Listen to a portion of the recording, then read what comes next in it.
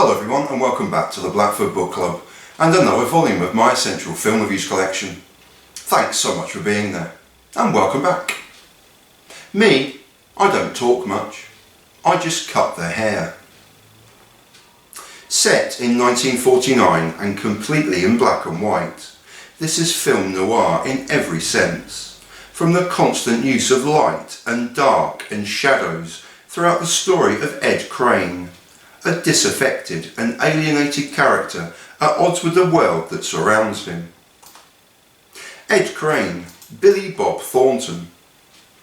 A career high performance from Billy Bob Thornton as the disaffected and apathetic barber, Ed Crane. A slow, methodical and still performance, perfectly encapsulating Ed's distance from a world he doesn't understand and from a world he doesn't want to be a part of anymore. Against a busy backdrop of people and chattering conversations, his vacant stare is continually evident at a world in general he simply seems to have given up on, despite a successful career. This is Billy Bob Thornton's film from start to finish, as we follow his every move and he's in nearly every scene of the film. Thornton is captivating as Crane, cigarette perennially dangling from his mouth, blank, cold expressions so alienated from the world around him. Thornton's performance is mesmerising. His poise and detached performance grab your attention and keep you involved in the film throughout. Though minimal actual dialogue, which is obviously deliberate, we see the film through his eyes and expressions whilst he also narrates the film. There's a simple ransom premise that turns much darker very quickly, yet despite being at the centre of a mess he created, Ed remains detached and unblinking, and if you watch closely enough, often deliberately so. His tale of disconnection and almost ghost-like living is also reinforced by the bizarre UFO scene and interaction towards the end of the film, which is totally out of keeping with the film as a whole. Or is it? It's a haunting and beautiful portrayal of light blended with a lot of dark, and Billy Bob Thornton in true career best mode.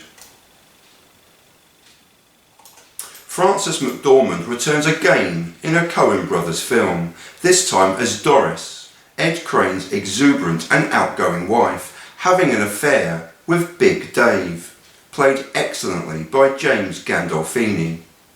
Creighton Tolliver, a venture capitalist seeking investment, is superbly played by John Polito, and there's an excellent early cameo performance from a young Scarlett Johansson as Birdie. One further standout performance belongs to Tony Shalhoub as Freddie Riedenschneider, a fast-talking and utterly bizarre defence lawyer. Every performance seemingly flits around the central performance of Billy Bob Thornton, each with the differing reactions and results, each adding to further unseen plot twists. The simple premise of an illegal idea going wrong is a staple Coen brothers theme, and here the premise is simple enough. Aware of his wife's affair with Big Dave, Ed pressures Big Dave into paying a $10,000 ransom to stop word of the affair reaching his own wife and family. However, Big Dave is totally unaware that Ed instigated the ransom in the first place, and following an investment with venture capitalist Creighton Tolliver, the story quickly winds to the film's first of many twists. Backed by a beautiful musical score which mixes both original pieces from returning music collaborator Carter Burwell and numerous Beethoven piano pieces, some of which are played by the reluctant child prodigy Birdie. This is a subtle and dark comedy in places, but a typical Coen brothers thriller movie overall. Another continuing theme of the Coen brothers is the use of fractured yet distinct dialogue from the locals in the screenplay. Deliberately so, the conversations are localised, but are also quirky and a language all of their own.